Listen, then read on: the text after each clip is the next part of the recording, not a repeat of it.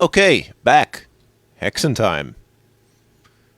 Getting my Hexen on to this Gaming Wolf Plays video. Studio audience not included. Purchase it for $8. Yeah. All other impersonators will be charged money to impersonate. Yeah. Gotta shoot them. Ah, they woke up a little too late. Although I'm wondering if I can shoot them as they're hatching. Too late to find out now. But this is the dungeon, and you know all about those dungeons, right? We're just lacking some dragons, and then we're all good. The master of the dungeon awaits. Actually, considering all these games about dungeons, like, how many times do you ever think it's just like, wow, this is a game about going into a prison, like every single time. Prisons are not supposed to be exciting, but there you have it. It is the dungeon. Dungeon in the fungeon. Guess what? Can't see shit. Could use the torch right now here, which I have done previously, but different measures call for different torch places. Yeah. Alright, then shoot this guy. I know how to shoot him. I just keep using the same button over and over and over and over, and blue mana. That's the ticket. That's the spice. The spice without the lies. Okay, I'm torching it. I'm torching it. That sounds like something you do to a burger anyway. I'm torching this burger, you hear me? Like, you cook hamburger. Crazy hamburger! You just, like, get a flamethrower, I suppose. 1,000 degrees Fahrenheit. Grass from cemetery. Crocodile meat, etc. I wonder if those little pot. I just noticed that one of those cauldron pots is in the lava. I suppose that's attention to a detail of some sort, but I don't get it. Also, I see some of the corpses I never bothered hitting. That would explain my not finding dark surface problems right there. It's not like I was looking for them anyway, but still, it's like, may have wasted my time if only I used my eyeballs to perceive what was happening. Indeed. Again, make that an achievement for destroying all dead bodies. Become the liberator of the corpses. Corpse Liberator. That's my new game title.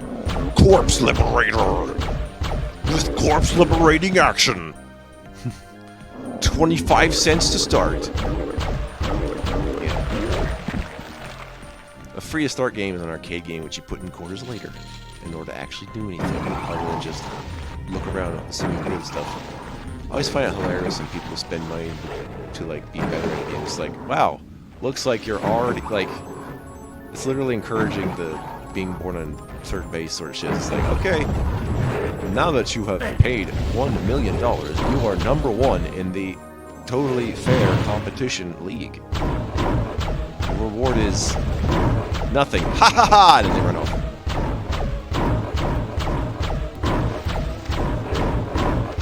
I don't know. I don't get investing in the games like that either. I mean, some people may might be better at games. That's kind of different. Like when you have like technological equipment. I don't think that's quite the same, but I suppose it could be. It's like, man, I'm going to need to buy this big graphics card just to use it arbitrarily to make the fake currencies. Not fake currency, that's not the problem. The problem is just how they're made. Problem is how the things are made that no one bothered to look up. The funny thing is, if you scam someone, you know, I think we've learned in thousands of years that hurting someone eventually hurts yourself without realizing it. I would think. No, that doesn't quite follow as much as we want it to. It can make sense to some degree. I don't know. It depends on a number of factors, such as who's hurting who, how much hurting is actually happening. The economics of pain are greatly discussed in the Hellraiser universe. raising that hill, making it rose again. I'm so rose, everyone. Oh, that's weird. Got the weirdest, Someone tried to interrupt this video right now, but guess what? I didn't have the sound on my phone this time! Haha! 5 steps ahead, asshole! Yeah. I will investigate it, though, because it actually did not say spam. Which means I might actually want to know who called. But I have some idea, but either way, you know, whatever the fuck you are, message. It's always weird when someone calls with an actual number. It's just like, how'd you even wrong number this?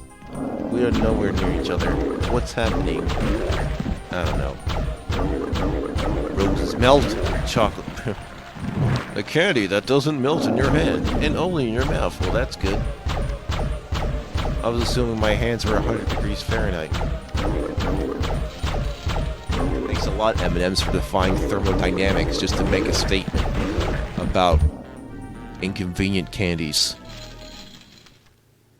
Does anyone even have a Mars bar? Actually, wait, I can't really be a confectionery aficionado. It's like, I like tasting things, but I also like keeping my mouth.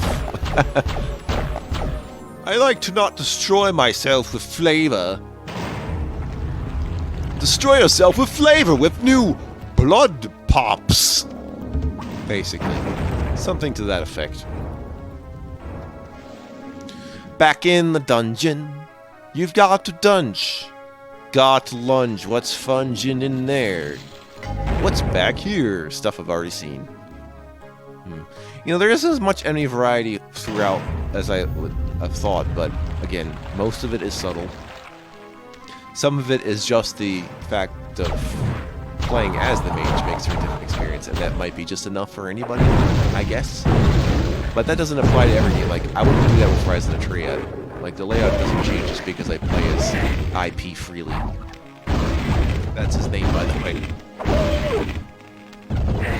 Yes, they were having a laugh when they made that game. That whole game is pretty much a comedy, actually. It's almost like on par with like the average Midway game at the time. When you weren't supposed to take any Midway game seriously. So now that Mortal Kombat's have like serious plots, it's like, I thought this was supposed to be hilarious. In some ways, let's embrace it though. Like when you make a friendship instead of fatality. That's always funny, I guess. It's like you win. Now make friends with your opponent instead of killing them. Okay. But then why? The goal was to kill! Oh, serpent, lend me your ears. I will conquer all of your fears. I serpent and repent. Do not relent. I'm relentless. Do not summon Ruth on the phone. I am ruthless. Do not knock out your tooth. I'm toothless? How to train your toothless. First you get a dragon, then you knock all its teeth out. That's right. That's how it's done. That movie's a nightmare for dentists. Like, no! How could someone without teeth live? How dare they? This is an affront to my occupation. I don't know. I doubt that happens. It's like, oh man, I'm so offended by like, oh yeah, something silly happens in which, like, may have happened in a, you know what, I think it happened in a previous run where I just lost too much health trying to get health that was laid out on the lava for me. It may have caused me to redo this particular video, I think. Yeah, that's one of those behind-the-scenes commentaries that you kind of need for context. So yeah, I did have a failed recording of this video, but usually the failed recordings are more like forgetting to save stuff, but that was just like, that was a gameplay tag I decided not to use. It does happen. It does happen where I die enough or in a stupid enough way where I decide I'm not using that. Not that I will refuse to take down a video that's like, I've got way too many deaths, but, you know, if the flow of the game is being severely interrupted by just me dying so many goddamn times, and, you know, I consider it. Also, if I die a lot, but it's within a short amount of time, that won't actually affect that much in terms of deciding to take it off, because I'll probably keep it anyway. Just to be like, oh, look how much I fucked up. Oh, I'm so relatable. I'm not relatable at all. I don't know what you're talking about. You can't relate to me. You're not in my DNA. Just kidding. Every human's related to each other by some degree.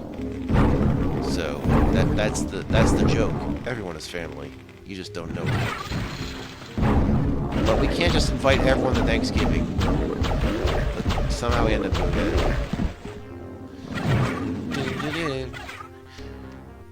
That's the way. I wonder if there's some DOS Thanksgiving games or something. I mean, maybe. What do you think, two-headed man? Do you think there should be a DOS game jam about Thanksgiving? Oh yeah, I like the idea of game jams, but they're really better for the programs to purchase their stuff than for the end user. Like, I like complete stuff, but it's like, yeah, I get it. You want to try stuff, and that's completely fair. But it's really for the benefit of the developers before they decide to run with it. But some people do run with their game jam ideas. It's happened. Although, it can be disappointing sometimes when, you know, it's based on a very simple game and they just release on Steam and it's like, okay, I might take this. And that's how you get Vampire Survivors. Yes. Although I don't even know if that was a game jam thing personally. All I know is I've had enough of playing a game like Vampire Survivors. I'm glad they're cheap, but no, my problem is I realize this is encouraged more early access than I would have liked. As much as the gameplay style is cool. Like, I don't think Vampire Survivors is at 1.0 release and it's already got a bunch of followers. It's already got a bunch of clones. It's kind of amazing. If only I hate you, I don't hate you, two-headed man with a two-headed plan. If only you could see my face. You can't. You're not real. Neither of you is real. Get out now while you still can. Out of this Hexen place. Yep, whenever I don't know what item to use, I just slap onto this repulsion in case I use it by accident. Or I use it on purpose, because that's I was trying to get to the heart of the matter of the spawning Hexen spawning so fucking much and so rapidly. It does seem rather odd. But there's just a bunch of discs there anyway, so... Yeah, see? They just did it again. Fucking Christ, man. Stop that. I almost want to say that's a glitch. But, yeah, it's a gameplay glitch. Man, gameplay glitches are the worst kind. Like, I can accept gameplay, or I can accept graphics glitches, or glitches where the game is crashed, but when your gameplay is entirely affected by the glitch and you're not even sure what's happening, oof, that's the worst. Especially if you get soft locked and you're like, was it my fault? Did I do this? What happened? But no, you just stumbled upon a situation which could not have been tested for. It happens to every game. The more, basically, in terms of chaos theory, the more people that play the same game, the more bugs you're going to find eventually. As unlikely as that might seem. Bugs find a way, as they're finding a way right now. I wish they'd leave. It's been so warm, I've had to fight off more of them. That's what they don't tell you. If it gets warmer on the planet, the insects are going to be like, I want to be your best friend. And I'm going to be like, no. No, that's... Actually, no, that's not the issue. It's not the temperature. For some reason, insects are just attracted to me. Doesn't matter if I have one insect. And right now, it's just one. And he's just like, hey, play with me. Except, I don't know why he's bothering. He's just going to screw around and talk to me like I care about his problems, and I don't. Now I'll squash you like the bug that you are! Galactus Wolf plays. Why'd you laugh in the face of certain doom? Because your name is Doom? No, that's one of my heralds. I have given him the power cosmic. That's one of the coolest things about Marvel vs. Capcom 3 is it decides one of his heralds is going to be Albert Wesker. I'm like, sweet! Should do more with that. Although Dormammu's a more interesting choice, because, you know, you'd think Dormammu would be on that level where he could kick Galactus' ass, and yet not quite. Not really sure about that one. Next time I'm going in, well, I'm going down.